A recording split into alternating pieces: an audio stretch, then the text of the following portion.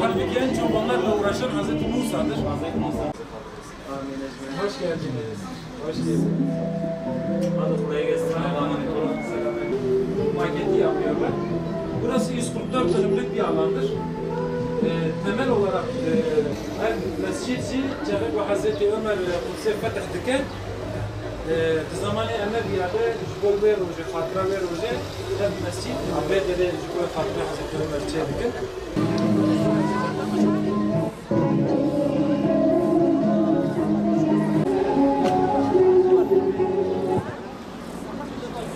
Kudüs'ü gezmek, kıbleyi görmek, ilk kıblemizdir bu aynı zamanda.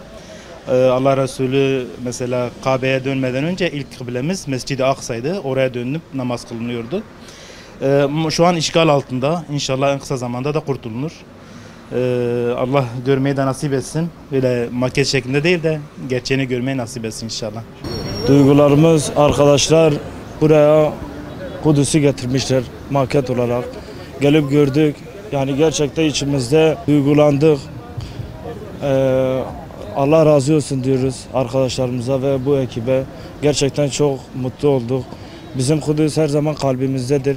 Ve elimizden gelen bütün destekleri yapacağız Allah'ın izniyle. Gidip orayı görmek, canlı görmek nasip olur inşallah. Öncelikle Yetimler Vakfı'ndan Allah razı olsun. Bize bu Kudüs ve Mescid-i Aksa'nın maketini getirdikleri için ve bize bu duyguyu yaşattıkları için Allah onlara razı olsun. Ve bir an önce Rabbim Kudüs'e gitmeyi bize nasip etsin. İçeri gittim, baktım çok duygulandım. Oraya gitsek hay duygulanacağız. Yani o topraklara kurban olayım. İçeriği dolaştık, çok memnun duygulandık, memnun kaldık. Herkesin burayı ziyaret etmesi tavsiye ediyorum. Yani içtenlikle Allah Teala Filistin halkını muvaffak etsin, onları o zalimlerin elinden kurtarsın inşallah.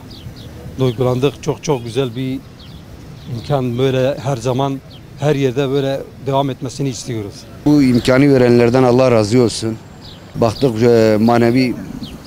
manevi şeyler gördük. Duygularımız kabardı. Kendimizi Kudüs'te hissettik. Hakikaten çok güzeldi. Allah razı olsun. Allah Filistin'e yardım etsin. Allah Müslümanları muvaffak etsin.